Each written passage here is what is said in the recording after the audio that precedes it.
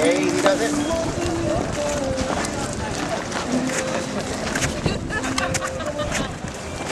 All the way, you might just make it down. It's half an hour. And there's never a moment where you felt like you didn't want to be huddling the stake because you wanted some sort of, you know, possibly.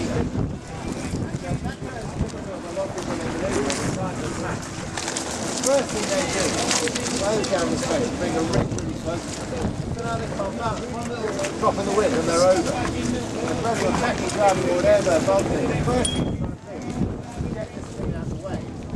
Creating out the space to move into. And that's the first thing I look at. So if you look at the way you should tack, first of all, I think you want to see it as a unit at a time. There are a load of manoeuvres you need to push it through.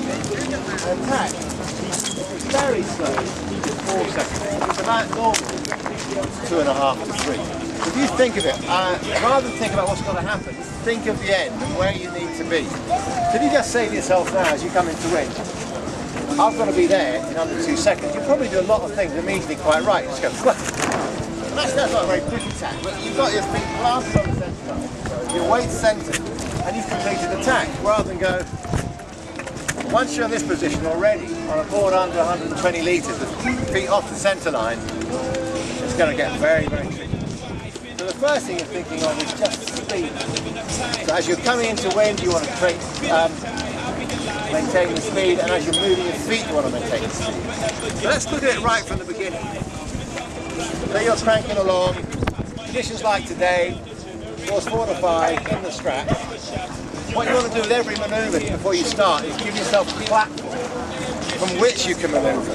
So if you start the move off balance, there's no way you're going to end it in balance. So that's the first thing we're going to do. So this is what little mantra you can give yourself. You're cranking along, you unhook, you just say this to yourself, you go back foot, front foot, back hand, front hand. So you see it from this angle? It goes like this. Back foot, front foot, back hand, front hand, and then sink. And that is the position to tack from. What we've got here with the backhand forward on the boom, it allows you to push it all the way back and you come forward. With the back foot forward, you're on quite a thick part of the board, so you can drive off it without sinking the tail. And this front foot position is really key. If it's a planing tack, let's say one that starts in planing wind, it's quite interesting the way the boards are designed. You've got an entry point of the rocker about here. That's where the board first makes contact with the water. And if you put your foot in front of that, there like that, you suddenly push a rockered part of the board in the water and it just pushes to a stop. You'll probably try that going along. If you suddenly miss a drive and do that with it, the whole thing stops. But if you keep the foot just behind that, the board will still plane and keep its speed. So that's a good position to start your tack from. And the other thing is, just like all dynamic sports, I know it's a terrible cliche, it's not bend your knees. Because once you're straight like this, you're trying to move quickly, you can't, you wouldn't, so you move other parts. Once you're down like that, you've got that back leg, you can drive off to push yourself into the tack. So that's the position to start from. You're cranking along, backhand, front hand, on the mast. I like it on the mast, I know some people don't, because it just gets the rig a bit further away. With the hands on the boom, you see you're already quite close to it, especially on little kit. Because that means I can get it all the way out of the way. So what I'm trying to do now is I'm thinking as I'm going to tack, is I've got to somehow get myself to the same position on the other side of the board. And at the moment the sail's in the way. And that's why a lot of tacks will finish like this. Off the back like that, because the rig is always in their way. So what you've got to do is get it out of the way by going there. So now with that extension of the front arm, the hips come forward, so already your body's made half the tack and you're looking forward. And when it's that far away from you, you can see how easy it is just to move your new hand into position on the boom. There's no big movement to make, it's just there. Then let it go and hang it away. As you hang it away, your whole hips and body come forward. And from there, all you've got to do is drive off that back foot and let the feet change places. Just like that.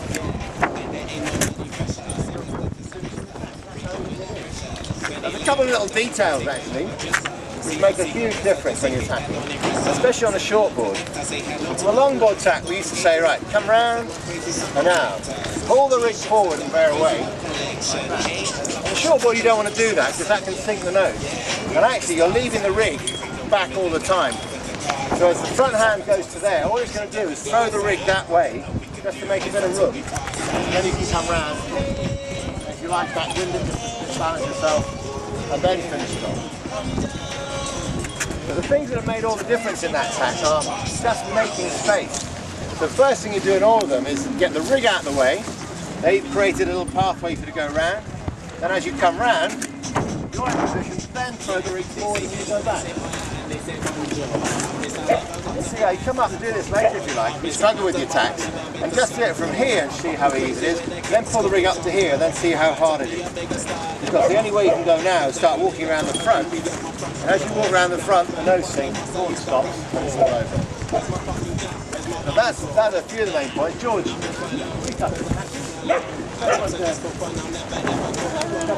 think also another real good skill to practice as when you think about that, especially going down the water side. Practice, like I said, backwind sail. So try going around the other side and just controlling the tail backwinded. There's no doubt as you go down the smaller sides and while rushing around the front that people are doing, the more you will eventually end up being on the wrong side of the sail with the power coming against the sail and you have to lean and control it.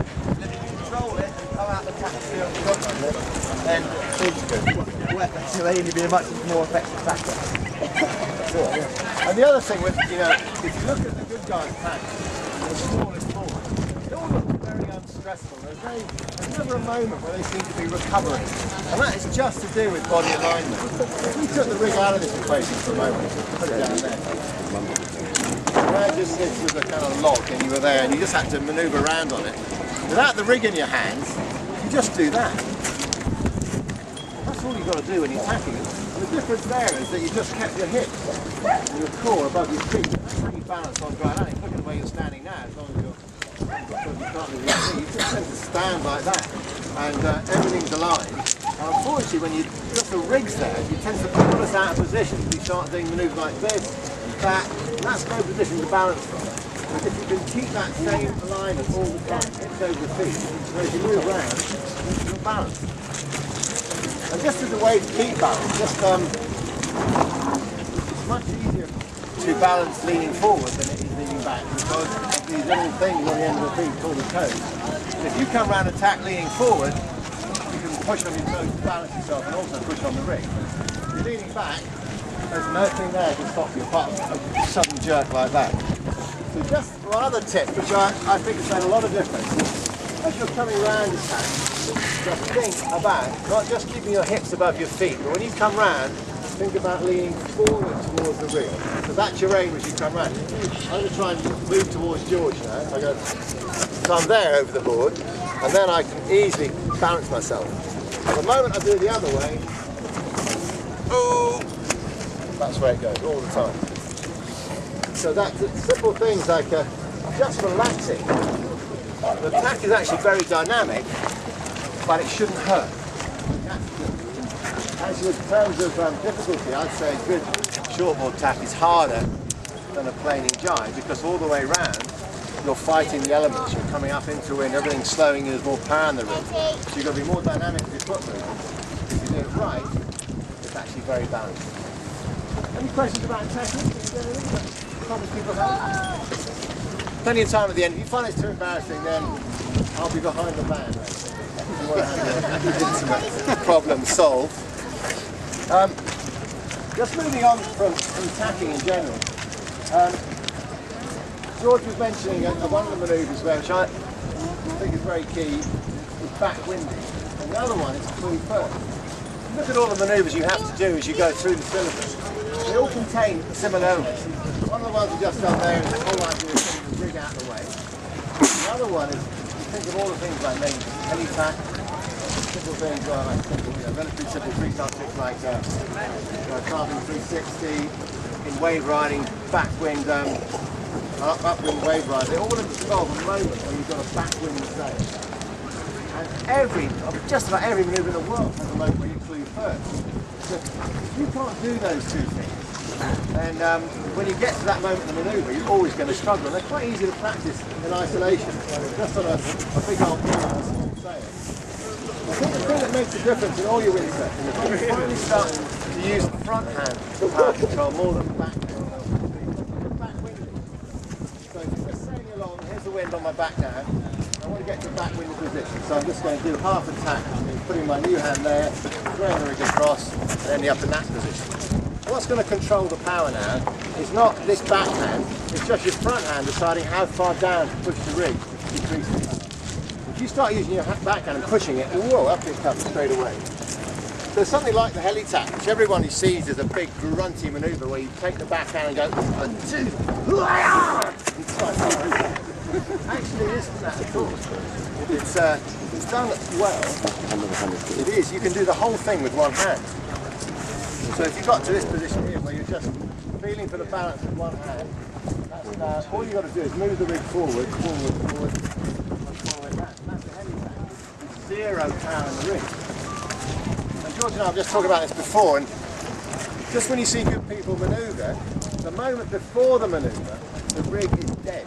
So it's not pulling you off balance. Now if you look at, say, that same thing, heli tack, right, this side, take, this is the clew first moment, jibe. I think where a lot of jibes go wrong is that people are struggling clew first to hang on. And the reason they let go of the rig is because they just can't hang on anymore. It's not really been a decision. Whereas in a good jibe, say just before you release the rig, what you do is depower it by pulling in the backhand like that, and then you can hold your position very gently let it go. Once the rig's powered up, watch this. Right, boy, don't knock your heads off. If you're holding it up with a lot of power, and then you let go suddenly, there's going to be a huge balance change. You have to throw your body around, just counteract. The moment you let go, over my shoulder, depower it, let go. And then it's kind of like hailing a rugby. Same with that heli tack we've just done. Down there, down. I don't want you yet, Just wait. Now you can come round. So you're only bringing it up just when you need the power, not when it wants to power you up. Okay, so just give me that backwind moment again. This is what you're doing, just check always the position of your front hand. This in windsurfing for me is the #1 error people make. That. It's okay to put it there just before you jibe. If you're sailing with your hand by the mast all the time, it means you're always close to the mast. And once that mast is between you and the water, that's what tends to happen all the time. So if you can do that, you see now, like the old bull coming towards you, it's very easy just to step out of its way. Whether you're jibing, sailing normally, just keeping that front hand back on the boom, as far back as you can without being catapulted. Put as much distance as you can between your front shoulder and the mast. Gives you more leverage, more room, more time, more space. That is just a defensive measure. What it means is you know if you pull, you're going to shoot out, which isn't a great way to sail. But just try that as you're going along. Check the grip. Are your knuckles white? That's not good. Is your thumb gripping? That's not good either. There's no need to push your thumb around the boom, because that's going to then use these little muscle groups in your wrist. So just the fingertips, very light grip, and keep that tension. So just once again there with that back-winded thing, that is depower, that is power up. So it's just that tiny movement back and forward with the front hand. More power, less power, less power. So if you want to let it come up, more power. That's backwinding, just keeping the rig down on the straight arm. And just look at the clew first stuff. I think this is really coming around again. Duck everybody. Clew first is strange because all your controls are suddenly reversed.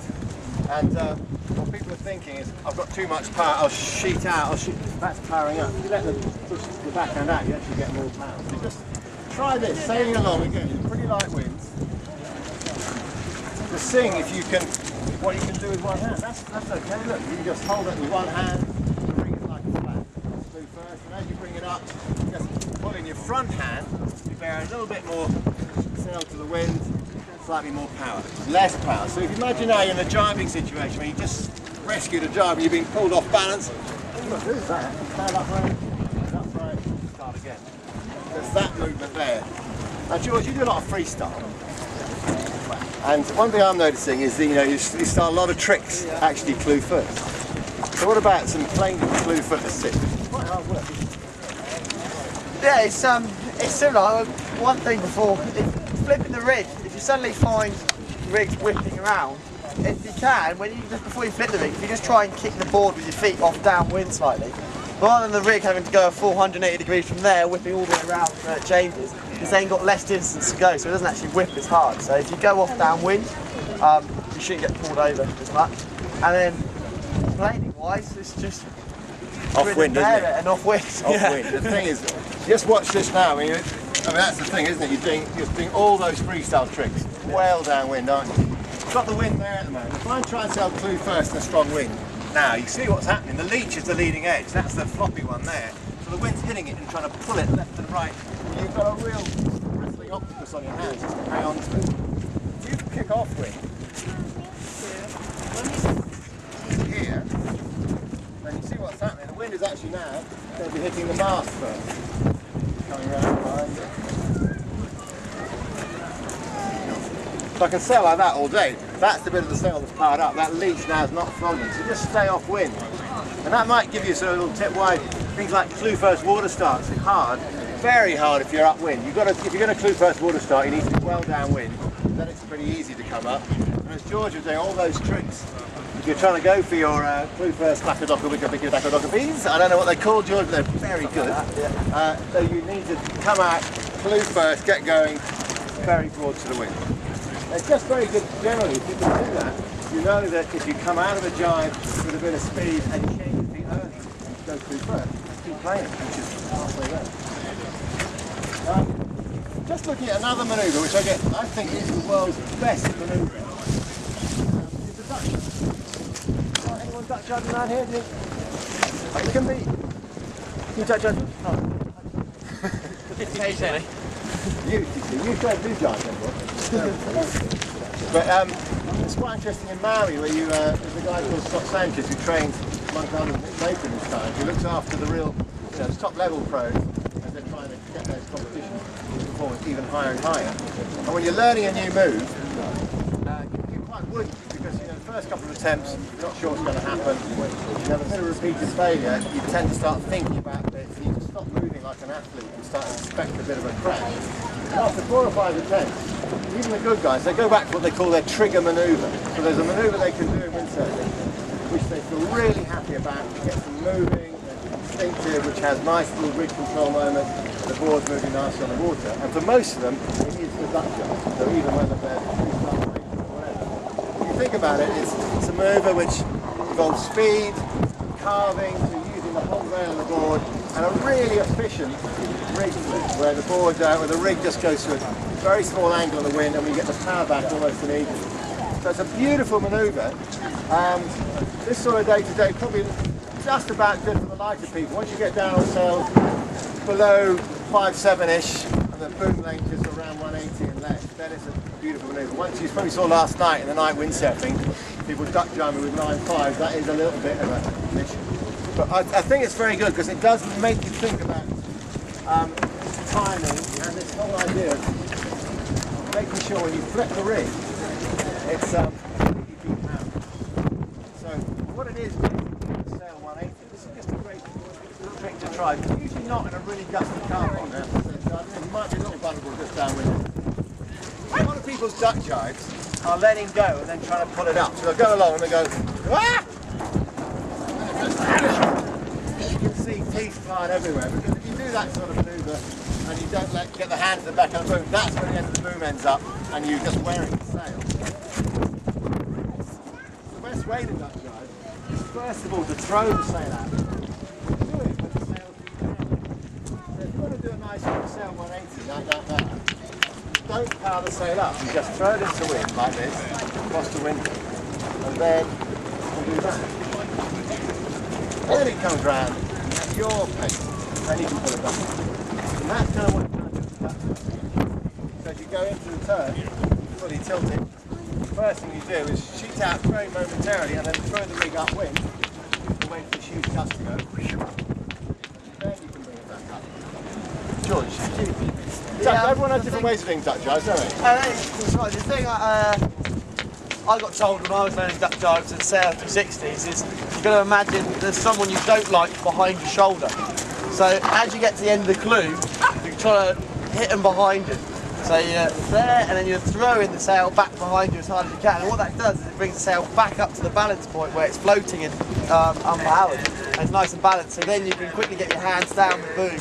And you can pretty much let it go, and you'll see the good guys doing it, and they'll throw it and they'll pull it back up, and it'll just be floating in front of them while they finish the carve off. And they'll have their hands completely off. And that's the way they do it. They really throw it back behind them as they go. It's really proactive, isn't it? And I think not just yet, at the beginning, a lot of people start the duck dive quite passively just by letting go. And actually it's a throw. If you throw it, the idea is, see this part of the boom here, right at the end of the boom, that wants to go straight past your nose and you just catch it. So from there,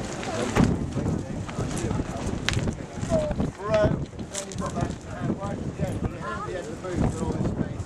As George said there, the big pull that way. And once that front hand gets in front of the harness lines, you can depower the sail. So that's, I think, a great practice as long as it's you do the sort of duck jibe where you're in control of it rather than control of you. If you ever get people to video you, which I think is a very things to look at are always your body position.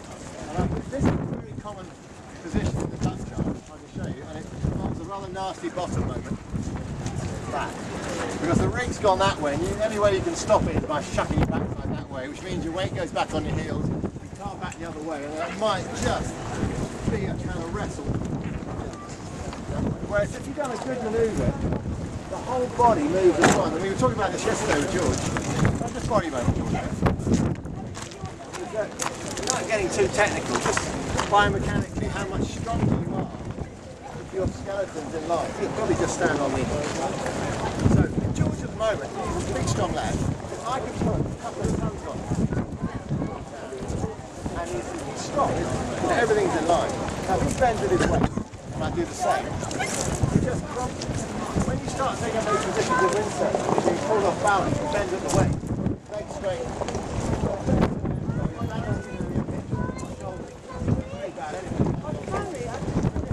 George now does like a car jump, so knees go forward. That's in line. All these bits are in line. There's a load of force going through his body, even at a huge angle, but it's always going straight into the board. If you were now to suddenly kink, so his legs straight, he's very easy to knock over. When you're watching yourself, you're tacking or whatever, just look for these positions, which aren't good, rather than the whole body moving as well. Those things make more difference to you windsurfing than the technique. Another thing I know with wave riding, which I especially get people to try and do, is just think about how much of their foot is actually attached to the board. Don't worry about that. It's never great to be on tiptoes. Maybe just when you're planing, trying to get going, lifting yourself up. When you're jiving, you see a lot of people doing this. Only their toes are in contact with the board, but they've leant over, the board stayed pretty flat, and that's a very unstable position. Whereas you should have that sort of thing, where the whole foot is in contact with the board and it's moving with you. And you've got all that pressure going through it. It's very easy to control the angle.